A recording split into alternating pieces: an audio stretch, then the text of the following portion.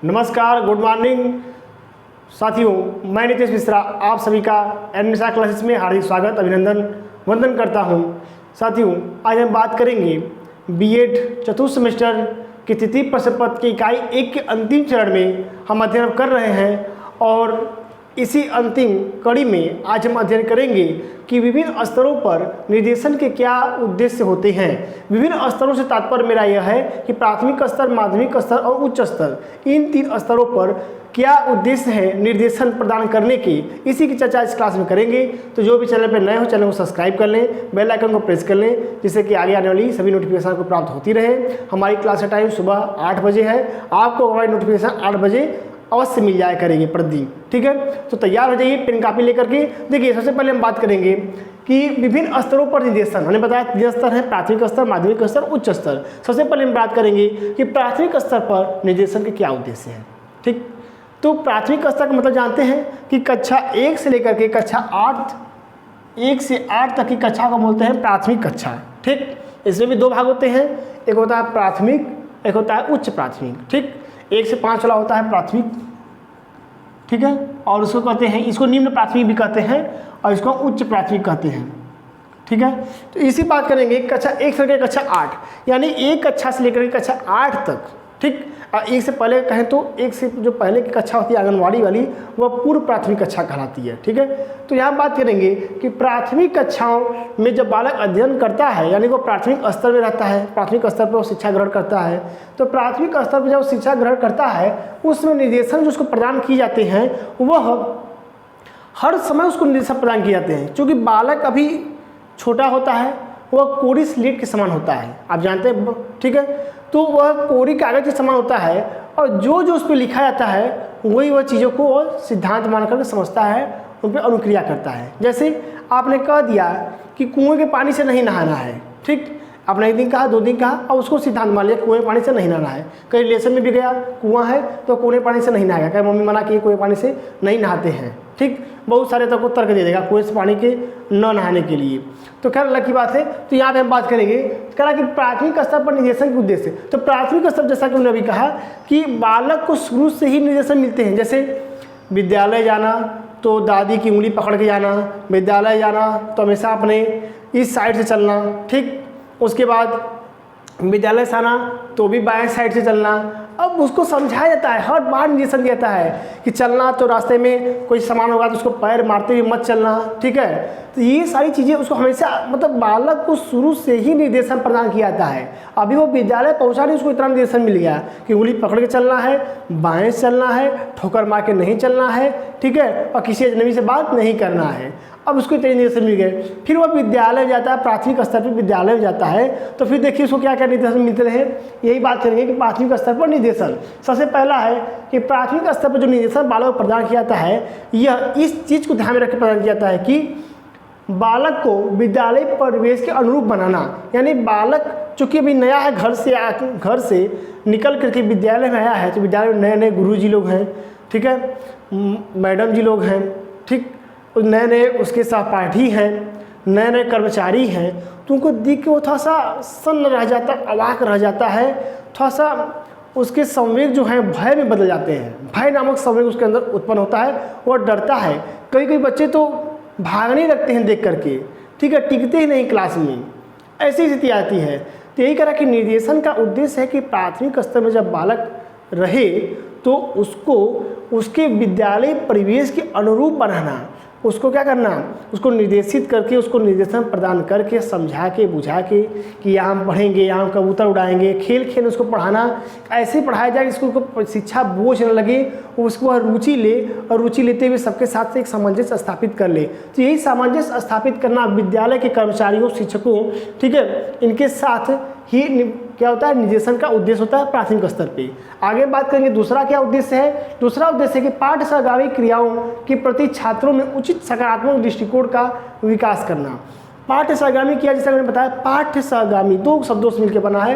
पाठ और सहगामी मतलब साथ चलने वाली, जो पढ़ाई के साथ साथ क्रिया चले उसको हम पाठ्य सहगामी क्रिया कहते हैं। जैसे संगीत, ठीक है, मंच संचालन, उसके बाद खेलना, उसके बाद कभी स्पीच देना, ये सब क्या है पाठ सहगामी क्रियाओं के अंतर्गत आते हैं, नाटक प्रस्तुत करना इत्यादि। तो कह रहा है कि बालक को पाठ सहगामी क्रिया में भाग लेने के लिए भी क्या करना, निर्देशन प्रदान किया जाता है। निर्देशन का उद्देश्य होता है प्राथमिक स्तर पे कि बालक प्राथमिक स्तर पे जो भी क्रियाकलाप हो रहे हैं शिक्षा के साथ साथ पाठ की समाप्ति के बाद या पाठ के साथ साथ जो क्रियाएं चल रही हैं पढ़ाई के साथ साथ उनमें बालक भाग ले, तो उसके महत्व को समझाना कि उसको ऐसे संगीत अगर संगीत में वह रुचि लेगा या एक दो संगीत का अभ्यास करेगा तो उसके आगे क्या उसको फ़ायदे हो सकते हैं, वह एक बहुत अच्छा संगीतकार बन सकता है, वह तानसेन बन सकता है। बालक को मतलब क्या करना, पाठ सहगामी क्रियाओं के प्रति आकर्षित करना, उसमें रुचि ले, यह भी निर्देशन का एक उद्देश्य होता है प्राथमिक स्तर पे। तीसरा देखेंगे हम, बालक के शारीरिक मानसिक एवं सामूहिक विकास में सहायता करना। चूँकि शिक्षा का जो उद्देश्य होता है बालक का संपूर्ण विकास होता है, इसलिए इसका भी निर्देशन का भी उद्देश्य होता है कि बालक को क्या करे, शारीरिक स्तर पे, मानसिक स्तर पे और सामूहिक स्तर पे, इन तीनों स्तरों का विकास करे। ठीक, बालक के संवेगों का विकास हो, ठीक, बालक के मानसिक स्तर का विकास हो, वह गिनती याद करे, पढ़ा समझे, ठीक है, अक्षरों को पहचाने। शारीरिक विकास हो यानी कि वह क्या करे, व्यायाम करे, ठीक है, उचित खान पान आहार ले जिससे कि उसका शारीरिक विकास हो सके। वह योग करे तथा योग के महत्व को जान करके उसको अपने जीवन में उतारे। ठीक, यही है। आगे देखेंगे हम, चौथा है विद्यालय में बालक की समस्याओं को पता करके दूर करा। क्योंकि विद्यालय में बालक को समस्याएं भी हो सकती हैं, हो सकता है कि वह विद्यालय में कुछ असहजता महसूस कर रहा हो, तो विद्यालय में बालक को जो समस्याएं हो रही हैं उन समस्याओं को जान करके उन समस्याओं को दूर करना, ठीक है, यह भी निर्देशन का एक उद्देश्य होता है। आगे देखेंगे हम, माध्यमिक स्तर की शिक्षा हेतु तैयार करना। क्योंकि बालक प्राथमिक स्तर की शिक्षा के बाद माध्यमिक स्तर की शिक्षा में प्रवेश करता है, ठीक, तो माध्यमिक स्तर की शिक्षा के लिए उसको तैयार करना कि आगे तुम जाओगे तो ये विषय पढ़ना पड़ेगा। ठीक, तो माध्यमिक स्तर के हेतु भी उसको तैयार करना प्राथमिक स्तर पे निर्देशन का एक उद्देश्य होता है कि बालक को प्राथमिक स्तर जब निर्देशित किया था, जब उसको निर्देशन प्रदान किया था। जैसे हम लोग के गुरु जी थे तो हम लोग जब 8 में पढ़े थे तो हम लोग कहते सर जी एक बाद क्या पढ़े, कोई तो सर जी भाई कहते थे इसके बाद तुमको विज्ञान पढ़ना होगा, विज्ञान भौतिक विज्ञान है, रसायन विज्ञान है, जीव विज्ञान है। तो हम कहते थे सर जी 3 विज्ञान हो जाएगा तो कैसे हम लोग पढ़ेंगे, करे सब हो जाएगा समय पे, सब हो जाएगा, खड़ा मत, तुमको टीचर पढ़ाएगा वहाँ पे ना। तो यही चीज़ कर रहा है कि बालक को निर्देशन प्रदान किया था प्राथमिक स्तर पे जिससे कि वो आगे की तैयारी हेतु प्रेरित हो सके, आगे उसके सामने क्या कठिनाइयाँ आने वाली हैं उनसे वह परिचित हो सके। ठीक, आगे हम बात करेंगे। अब अगला है माध्यमिक स्तर पर निर्देशन प्रदान करने के उद्देश्य। क्या उद्देश्य है निर्देशन प्रदान करने के माध्यमिक स्तर पे? माध्यमिक मतलब जब बच्चा कक्षा 9 से कक्षा 12 के बीच होता है तो यह माध्यमिक स्तर पर कहलाता है। ठीक, और इसमें प्रायः बालक जो होता है वह शैशवावस्था, ठीक है, शैशवावस्था और बाल्यावस्था को पार करके अपनी अगली अवस्था में होता है। ठीक, या इसको हम कह सकते हैं किशोरावस्था। इसमें बालक किशोरावस्था में होता है। ठीक, तो किशोरावस्था को जानते हैं कि आंधी और तूफान की अवस्था कहा गया है स्टेनली हॉल के द्वारा। तो किशोरावस्था में बालक जो होता है उसके समय बहुत जल्दी बदलते हैं, वह किसी भी चीज़ को बर्दाश्त नहीं कर पाता है। अगर उसे किसी ने गाली दे दिया तो तुरंत उसे क्या करेगा, लाठी लेकर के मारने दौड़ जाएगा। ठीक, या अगर उसने एक गाली दिया तो यह 5 गाली उसको देगा। ऐसी अवस्था होती है, वो तेरे को बर्दाश्त नहीं कर सकते, ऐसी अवस्था होती है। हालांकि सबके साथ ये नहीं है, कुछ लोग मेरे जैसे होते हैं कि अगर कोई कुछ बोल भी दे तो वह चुपचाप सहन कर लेते हैं और कुछ बोलते नहीं हैं, क्योंकि भाई वो उसकी जो है उसके सिद्धांत हैं, उसके आचरण हैं, और हमारा है तो हमारा ही है। तो उसका आ गया कि चंदन विष व्यापत नहीं लपटत रहे भुजंग। तो मेरा ये सिद्धांत है कि मेरा जो कार्य मैं वो करता रहूँगा, बाकी जिसको जो कहना है कहे। तो खैर आगे हम देखेंगे। तो विषय चयन में सहायता प्रदान करना सबसे पहला है। माध्यमिक स्तर पर निर्देशन प्रदान करना के उद्देश्य में सबसे पहला उद्देश्य है कि विषय चयन में सहायता। माध्यमिक स्तर पे चूँकि विषय का क्या होता है बहुत ही ज़्यादा बोझ हो जाता है, या अगर कहें तो कई सारी स्ट्रीम में विषय जो होते हैं बढ़ जाते हैं कई सारे वर्ग में, जैसे कला वर्ग है, विज्ञान वर्ग है, वाणिज्य वर्ग है। अब इसमें कोई बालक के लायक कौन सा वर्ग सही रहेगा, अब यह बालक को निर्देशन के द्वारा पता होता है। ठीक, जब उसको निर्देशन मिलता है, निर्देशन अभिभावक भी दे सकते हैं, उसके अध्यापक भी उसको निर्देशन प्रदान कर सकते हैं, सहपाठी जो उसके सीनियर हैं वो अब उसको निर्देशित कर सकते हैं कि तुमको जब गणित के सवाल नहीं आती लगाने के लिए तो एक काम करो कि तुम कला वर्ग ले लो, या तुमको जब बैंक में जाना है व्यापार करना है तो तुम ऐसा आ गया कि वाणिज्य वर्ग ले लो, ठीक है। तो समझाएंगे बालक को, या मानविकी वर्ग में प्रवेश ले लो, ऐसे समझाएंगे, ठीक। तो यही करा कि विषय चयन में सहायता प्रदान करना भी माध्यमिक स्तर पर निर्देशन प्रदान करने का एक उद्देश्य होता है। आगे देखेंगे नवीन विद्यालय परिवेश में समायोजित करना। चूँकि बालक कक्षा 1 से 8 तक एक विद्यालय में पढ़ के आया है, तो जब वह माध्यमिक स्तर पर दूसरे विद्यालय जाता है तो वहाँ भी उसको समायोजन करने में कठिनाई होती है, तो वहाँ पर भी उसको एक निर्देशन प्रदान करने की व्यवस्था होनी चाहिए। अगर वहाँ पर उसको निर्देशन मिलता है तो सही ढंग से सामंजस्य स्थापित कर सकता है। जैसे कि मैं जब गया था कक्षा 9 में नए विद्यालय में, क्योंकि मैं 1 से लेकर 8 तक एक ही विद्यालय पढ़ा, जब 9 में गया दूसरे विद्यालय में तो मुझे समझ नहीं आता, चूँकि विद्यालय बहुत बड़ा था, 8-9 तल्ले की बिल्डिंग थी, तो मुझे लगा कि मैं कहाँ आ गया हूँ, ये तो बहुत भारी भरकम विद्यालय है, मैं छोटे विद्यालय से आया हूँ, तो यहाँ पर सब कैसे टीचर होंगे, कैसे बिहेव करना होगा। तो एक पुराना छात्र मिल गया जो कि मेरे घर के बगल का ही रहने वाला था, उसने मुझे बताया कि ये सर जी बहुत स्ट्रिक्ट हैं, ये प्रिंसिपल हैं, इनको आप ये मत बोल देना कभी, क्योंकि इस सब से वो बहुत चिढ़ते हैं।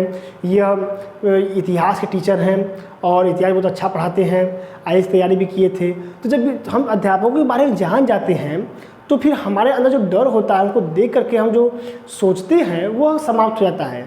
जैसे कि मुझे लोग कहते हैं कि आप बहुत स्ट्रिक्ट टीचर लगते हैं, बहुत गंभीर टीचर लगते हैं, लेकिन आपकी बातों से लगता नहीं है कि आप ऐसा, मतलब जो मैं सोच रहा था मेरी सोच गलत है, ऐसा आप है नहीं, बस देखने से लगता है।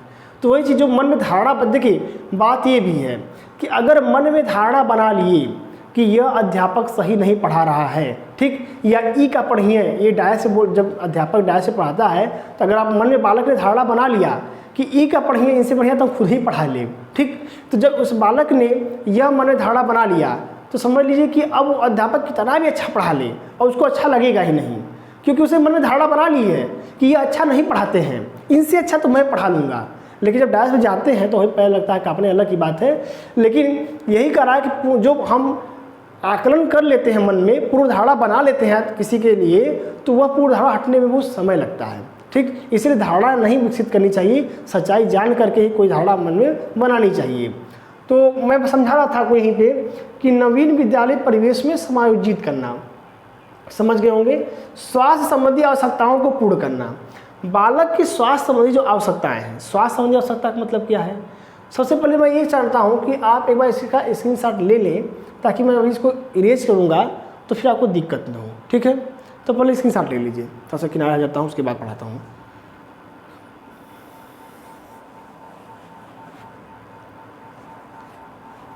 हो गया होगा। तो हम देखेंगे स्वास्थ्य संबंधी आवश्यकताओं को पूर्ण करना।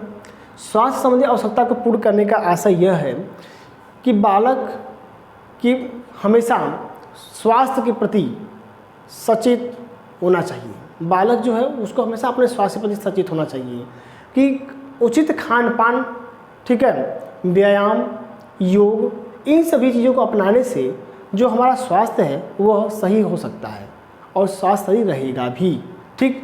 तो यही कर रहा है कि बालक को स्वास्थ्य संबंधी आवश्यकता जो हैं उनकी पूर्ति के लिए भी निर्देशन प्रदान किया जाना चाहिए। समय समय पर उनको योग के लाभ बताने चाहिए, उनको योग सिखाने चाहिए। एक विद्यालय में कैंप लगवा करके बालकों को निर्देशन प्रदान करना चाहिए, क्या क्या हमें करना चाहिए, क्या क्या नहीं करना चाहिए, ठीक है। तो बालक के स्वास्थ्य संबंधी भी निर्देशन उनको प्रदान करना चाहिए माध्यमिक स्तर पर। आगे देखेंगे हम संवेगात्मक व व्यक्तिगत आवश्यकताओं की पूर्ति करना। संवेगात्मक हमने बताया कि बालक इसमें किशोरावस्था में होता है तो उसके संवेग भी क्या होते हैं, प्रबल होते हैं, और व्यक्तिगत अवस्थाएं, और हर बालक अपने में अनोखा होता है, इसलिए हर बालक की आवश्यकताएं भी अलग अलग होती हैं। तो बालक के संवेग और उनकी आवश्यकता को समझते हुए बालक को निर्देशन प्रदान करना भी माध्यमिक स्तर पर एक उद्देश्य होता है। माध्यमिक स्तर पे उद्देश्य यही है कि बालक के संवेगों को समझाया जाए और संवेग को समझ करके उनकी व्यक्तिगत आवश्यकता के अनुरूप उनको सलाह मशवरा निर्देशित किया जाए, ठीक। आगे देखेंगे हम सहयोगात्मक भावना का विकास करना। सहयोगात्मक भावना का विकास करने का तात्पर्य यह है कि बालक के अंदर, चूँकि बालक जो होता है देश का भावी नागरिक होता है, तो उसके अंदर जब सहयोग की भावना रहेगी तभी वह समाज में रह सकता है। क्योंकि हर व्यक्ति अपना कार्य स्वयं नहीं कर सकता। मान लीजिए मैं कहीं बाहर हूँ और मुझे मेरे घर पे कोई चीज़ अति आवश्यकता पड़ गई है, ठीक है, तो मैं जब किसी का सहयोग किया नहीं रहूँगा तो कोई मेरा सहयोग क्यों करेगा। ठीक, तो बालक के अंदर सहयोग की भावना का विकास करना यह भी एक उद्देश्य होता है आपके निर्देशन का। ठीक, निर्देशन का उद्देश्य है कि बालक को सहयोगात्मक तरीके से जो भी फायदे होने वाले हैं उनको बताया जाए। ठीक है, तो यह तो हो गया आपकी बात विभिन्न स्तरों पर निर्देशन में, प्राथमिक स्तर और माध्यमिक स्तर। अब हम बात करेंगे इसके आगे उच्च स्तर पे निर्देशन के क्या क्या उद्देश्य हैं। तो उच्च स्तर पे निर्देशन के उद्देश्य की हम बात करें तो थोड़ा सा यहाँ पे लिखेंगे, आप इसी साथ ले लिए हैं तो यहाँ पे हो जाएगा उच्च स्तर।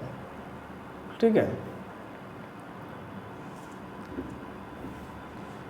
किसी को कुछ न समझ आए तो मुझे कमेंट करके पूछ लिया करें, और आपकी क्लासेस आपकी परीक्षा के समय तक समाप्त हो जाएंगी, इसकी मैं पूरी गारंटी लेता हूं। तो आप लोग घबरा करके परेशान मत होइए कि सर क्लासेस कब चलेंगी, ये आनंद सर कब पढ़ाएंगे, बिल्कुल मत परेशान होइए, मेरी क्लासेस चल रही हैं, इसके नोट्स बनाते रहिए। तो हम बात करेंगे उच्च स्तर पे। ठीक है, उच्च स्तर पर निर्देशन प्रदान करने के उद्देश्य। उच्च स्तर, ठीक, उच्च स्तर मतलब है कक्षा 12 से ऊपर। ठीक, 12+। सबसे पहला उद्देश्य है, देखेंगे, देखिए लिखवाऊंगा नहीं, बोलूँगा। ठीक, सबसे पहला उद्देश्य है कि छात्रों को महाविद्यालय एवं विश्वविद्यालय, उच्च स्तर का मतलब क्या है कि जब बालक का इंटर की शिक्षा ग्रहण कर लेता है तो वह कहाँ जाता है, वह कॉलेज में जाता है। ठीक है, डिग्री कॉलेज में जाएगा या यूनिवर्सिटी में जाएगा। तो वही कर रहा है कि छात्रों को महाविद्यालय एवं विश्वविद्यालय में प्रवेश प्रक्रिया से संबंधित जो जानकारियाँ वह प्रदान करना। चूँकि अब जब कॉलेज में एडमिशन लेने के लिए जाते हैं तो वहाँ पे एक सेल बना होता है, ठीक है, गाइडेंस एंड काउंसलिंग, ठीक है, या काउंसलिंग सेल होता है। ठीक, तो वहाँ पे क्या होता है, आपको निर्देशन प्रदान किया जाता है, आपको वहाँ पे सिखाया जाता है, बताया जाता है, परामर्श दिया जाता है। परामर्श और सलाह के लिए ही वो बना होता है। अध्यापकों की टीम बनी होती है या विभिन्न छात्र संगठनों की भी टीम बनी होती है जो कि आपको समय समय पे निर्देशन प्रदान करते हैं। तो वह क्या करते हैं, आपको प्रवेश कब लेना है, आपकी काउंसलिंग कब होगी, कट ऑफ कितना है, आपको कब आना है, कौन सी किताबें लेनी है, या पुस्तकालय कहाँ है, किताब कैसे मिलेगी, इन सभी चीज़ों की जानकारी वो प्रदान करते हैं। तो वही करा है कि उच्च स्तर पर या विश्वविद्यालय या कॉलेज स्तर पर निर्देशन प्रदान करने का सबसे पहला उद्देश्य यह है कि छात्रों को महाविद्यालय एवं विश्वविद्यालय में प्रवेश प्रक्रिया से संबंधित आवश्यक सूचनाएँ उपलब्ध कराना। ठीक, ये पहला है गया। दूसरा है कि विषय चयन, ध्यान देंगे, ये बहुत ही महत्वपूर्ण है। छात्रों को विषय चयन ये मैं लिखूंगा, ठीक है, क्योंकि ये मेरे साथ भी चुका है, मैं बताऊंगा। तो छात्रों को विषय चयन में सहायता प्रदान करना। जैसे मैं इंटर पास करके गया और मैंने क्या ले लिया, ग्रेजुएशन में मैंने ग्रेजुएशन ले लिया मनोविज्ञान। चूँकि मेरा कट ऑफ में बहुत ज़्यादा था, मैं कट ऑफ में 5वें रैंक पे था, तो मुझे ये लगा, मेरी काउंसलिंग जिस दिन थी मुझे पानी बरस रहा था, तो मैं गया नहीं अगस्त में। तो मैं सोचा कि मेरा रैंक तो हाई है, तो मैं जब जाऊंगा जो चाहूँगा वो विषय मुझे मिलेगा। लेकिन मुझे पता नहीं था कि ऐसा होता नहीं है। और मैं लास्ट में गया, जब 5-6 दिन हो गया तो मैं गया एडमिशन लेने के लिए। तो वहाँ पे क्या हुआ कि वहाँ पर जिन विषयों में सीट रिक्त थी वही विषय मुझे मिले। तो वहाँ पर मुझे मिला मनोविज्ञान, प्राचीन इतिहास, इंडियन हिस्ट्री और एंशिएंट हिस्ट्री के बाद मिला मुझे हिंदी। अब ये 3 विषय मुझे मिल गए। अब हो गई बात, टीजीटी देना है मुझे सोशल। अब टीजीटी सोशल मुझे देना है, या टीजीटी सामाजिक विज्ञान वर्ग मुझे देना है, और टीजीटी सामाजिक विज्ञान वर्ग के लिए मेरे पास कम्बिनेशन है ही नहीं। अब मेरे पास कम्बिनेशन नहीं तो मैं कैसे टीजीटी दे पाऊँगा, या तो फिर मैं 9,000 रुपये खर्च करके कम्बिनेशन बनाऊँ तो फिर टीजीटी में दूँ। ठीक, तो यही चीज़ क्या है, विषय के चयन में क्या हुई, गड़बड़ी हो गई। अगर मेरा यहीं पे हिंदी की जगह अगर यहीं पे इतिहास के साथ साथ यहाँ पे अगर राजनीति हो जाता, ठीक है, पॉलिटिकल साइंस हो जाता, इसको पोल साइंस भी कुछ लोग कहते हैं, अगर राजनीति विज्ञान हो जाता तो फिर मेरा काम बन जाता। ठीक, तो अब तो मेरे 2 साल समय भी नुकसान होंगे, 9,000 रुपये भी खर्च होंगे। ठीक है, मेहनत लगेगी, सो अलग लगेगी।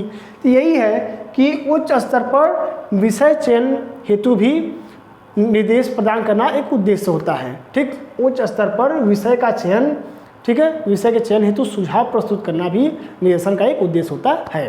ठीक, आगे है तीसरा, व्यावसायिक सूचना प्रदान करना। व्यावसायिक सूचना का मतलब ये है, कोई बालक है वह पॉलिटेक्निक कर रहा है तो कहाँ कहाँ पे कौन कौन ट्रेड की भर्ती निकल रही है, कहाँ कहाँ जॉब अपॉर्चुनिटी है, वह उसको बताना भी निर्देशालय का एक उद्देश्य होता है। ठीक, और सबसे लास्ट में आता है हमारा चौथा कि जो बालक छात्रावास में रह रहे हैं, हॉस्टल में रह रहे हैं, उनको क्या समस्या है, उस समस्या को जान करके उस समस्या का समाधान करना भी निर्देशालय का एक उद्देश्य होता है उच्च स्तर पे।